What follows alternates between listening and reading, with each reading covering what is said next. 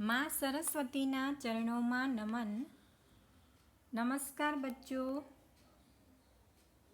कक्षा 9 एंड 10 दोनों कक्षा में हिंदी में व्याकरण विभाग में कहावतें हैं जो 2 अंक में पूछी जाती है। तो विद्यार्थी मित्रों, आज हम थोड़ी कहावतें समझेंगे। तो ये कहावतें क्या है?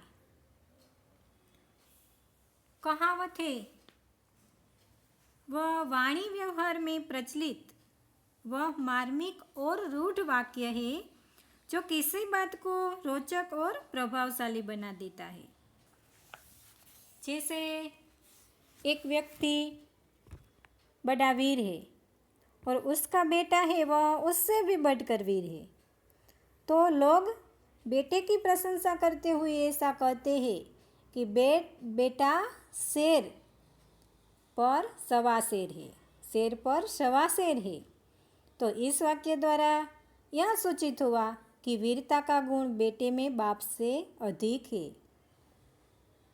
इस तरह दूसरा उदाहरण देखें तो एक व्यक्ति डॉक्टर बनना चाहता है और उसने अपनी लगन से पढ़ाई की और अनेक कठिनाइयाँ सहकर वह अपने लक्ष्य को प्राप्त कर लेता है। तो उसकी सफलता को देखकर लोग कह उठते हैं कि जहाँ चाह वहाँ राह।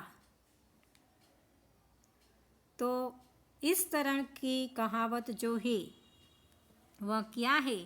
किसी घटना, प्रसंग आदि का वर्णन करते समय ये प्रयोग किए जाने वाले रूढ़ और मार्मिक कथन है वह कहावत है, उसे कहावत कहा जाता है। और कहावत की पृष्ठभूमि में कोई ना कोई कहानी होती है या घटना होती है। धीरे धीरे जब यह रूढ़ हो जाती है तो कहावत बन जाती है। तो चलो आज हम थोड़ी कहावतें समझें।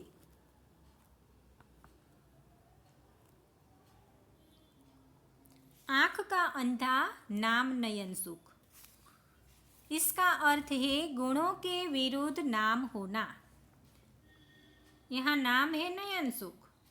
नयन सुख यानी जिसे नेत्रों का सुख है, चक्षु का सुख है, जिसे आँखों का सुख है, नाम नयन सुख है, पर कैसा है? अंधा है। यानी उसका नाम जो है वह उसके गुणों के विपरीत है।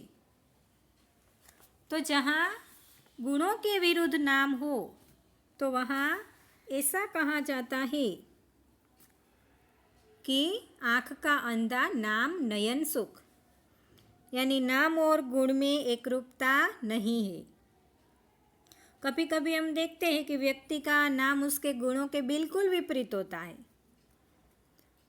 जैसे हवेली राम नाम है, पर उसको रहने के लिए हवेली नहीं है, वह हमेशा किराया के मकान में रहता है।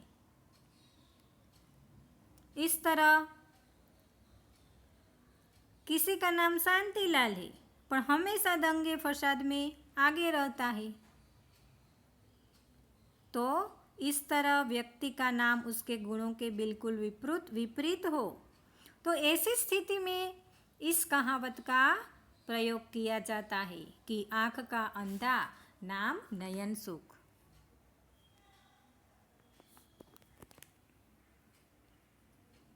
इसके बाद है अंधी पीछे कुत्ता खाए।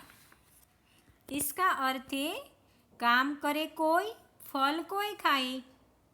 यहाँ काम कौन करता है? अंधी पीछे। आटा पीसने का काम अंधी औरत कर रही है और फल कौन खा रहा है? तो कुत्ता खाए।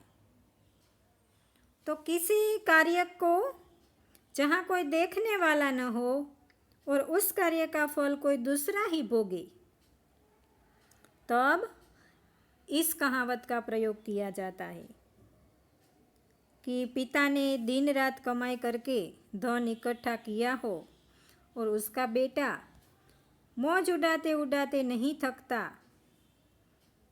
तब ऐसा कहा जाता है कि अंधी पीछे कुत्ता खाए। काम पिता ने किया और फल उसका बेटा भोगे।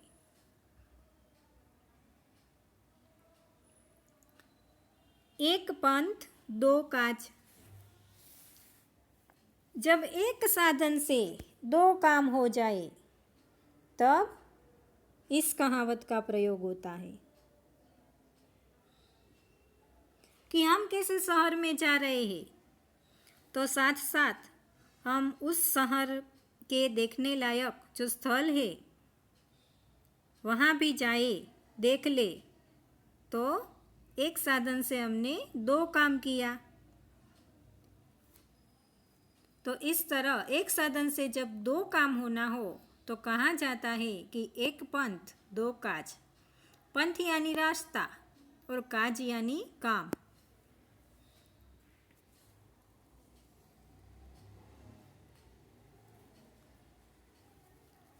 कंगाली में आटा गीला।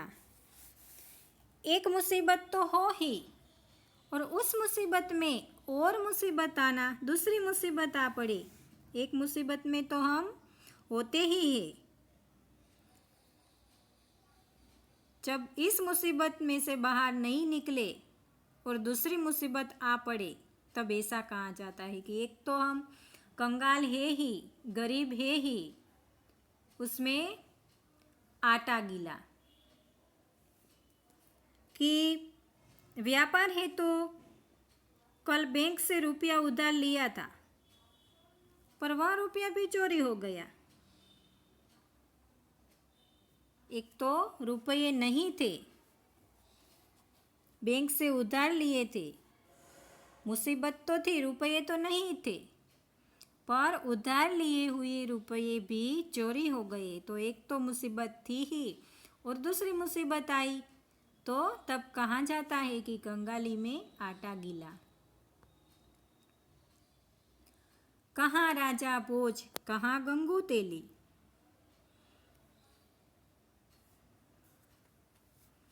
तो यहाँ जब दो व्यक्तियों की स्थितियों में अंतर बताना हो तब ऐसा कहा जाता है कि कहाँ राजा भोज और कहाँ गंगू तैली।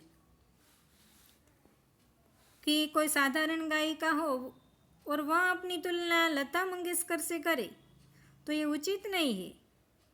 तो इस तरह जब उचित ना हो, दो व्यक्तियों की स्थिति में अंतर हो, तब ऐसा कहा जाता है कि कहाँ राजा भोज और कहाँ गंगू तेली।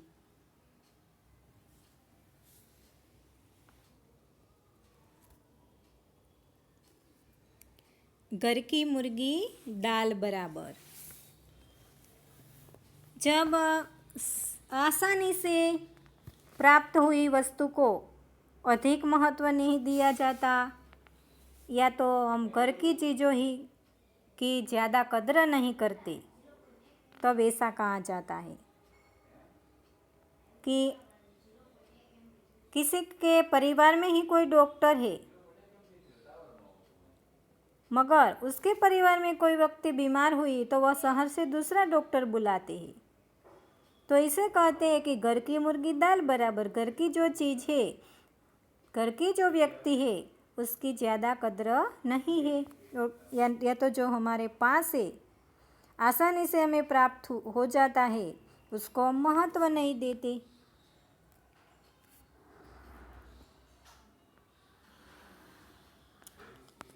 इसके बाद नाम बड़े दर्शन छोटे। प्रसिद्धि अधिक हो किंतु सार कुछ भी न हो, तत्व कुछ भी न हो,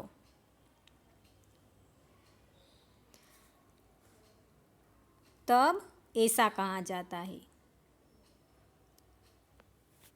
किसी की जो दुकान है उसकी मिठाई की प्रसिद्धि तो बहुत होती है पर हम वहाँ जाकर देखते हैं तो मिठाई खाने लायक नहीं होती, तब ऐसा कहा जाता है। कोई विद्यालय की हम बहुत ही प्रशंसा सुनते हैं पर वहाँ जाकर जब देखते हैं तो पढ़ाई का स्तर कुछ नहीं होता। तो इसे कहते हैं नाम बड़े दर्शन छोटे, यानी नाम के विपरीत व्यक्तित्व हो।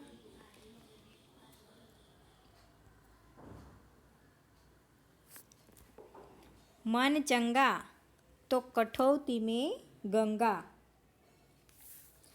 यदि हमारा हृदय पवित्र है, मन पवित्र है,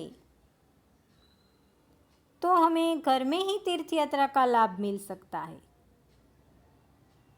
जिस व्यक्ति का मन पवित्र हो उसे तीर्थ यात्रा करने की आवश्यकता नहीं रहती। कि हमारा मन पवित्र है, हृदय पवित्र है, तो हमारे लिए कठौती में जो पानी है वही गंगा के समान है। हमें गंगा में जाकर स्नान करने की आवश्यकता नहीं है। नाच न जाने आंगन टेढ़ा, यानी गुण न होने पर बहाना बनाना या दूसरों को दोष देना। यहाँ अर्थ नाच न जाने आंगन टेढ़ा, नाचना आता नहीं, इसलिए कौन सा बहाना बनाता है कि आंगन टेढ़ा है।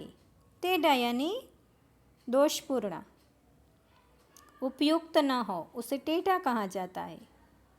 तो इस तरह आंगन को टेढ़ा बताकर कोई नाचने से बचना चाहता हो, उसमें गुण नहीं है, नाचना उसे नहीं आता है, तब वह आंगन को दोष देता है। इस तरह जब गुण न होने पर बहाना बनाए और दूसरों को दोष दे तो यह कहावत है वह कही जाती है। माता पिता अपने बेटे के बचाव के लिए कोई बहाना बताए तो कहा जाता है नाच न जाने आंगन टेढ़ा।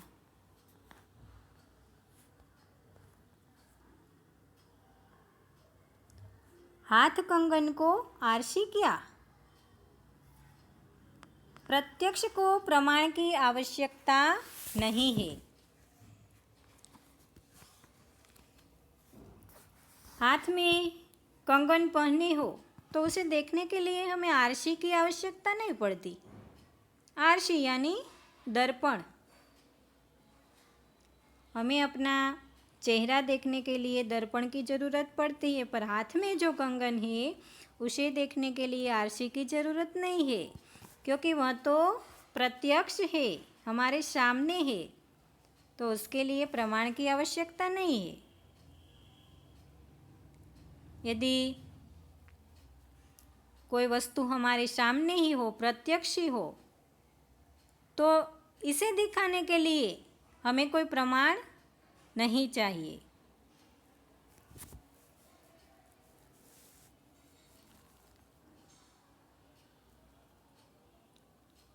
मार के पीछे भूत भागे, किसी की तरह से समस्या का हल करना।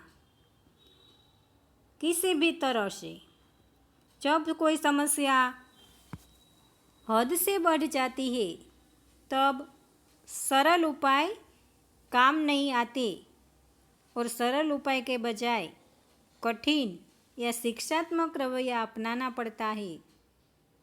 तब कहा जाता है कि मार के पीछे भूत भागे। बार बार कहने पर भी यदि विद्यार्थी होमवर्क नहीं करते तो जब शिक्षात्मक रवैया अपनाते हैं तो कभी कभी समस्या इससे हल हो जाए तो इसे कहते हैं मार के पीछे भूत भागे। अंधेर नगरी चौपट राजा, टके शेर बाजी टके शेर खाजा, यानी अयोग्य शासक के कारण कुप्रशासन। यदि शासक ही जो अयोग्य हो तो वहाँ की व्यवस्था अच्छी नहीं होगी। कार्यालय का कोई कर्मचारी काम नहीं करता, क्योंकि वहाँ का जो अधिकारी है वही भ्रष्ट है, तो उसका शासक ही अयोग्य है। अंधेर नगरी के राजा चौपट थे, तो ऐसे मूर्ख राजा के राज्य में अच्छे बुरे, उचित अनुचित में कोई अंतर नहीं था। खाजा जैसी महंगी मिठाई भी सामान्य भाजी के भाव बेची जाती थी, तो न्याय और अन्याय में कोई फर्क नहीं रखा जाता था। तो इस तरह अयोग्य शासक के कारण जब कुप्रशासन हो तो यह कहावत कही जाती है।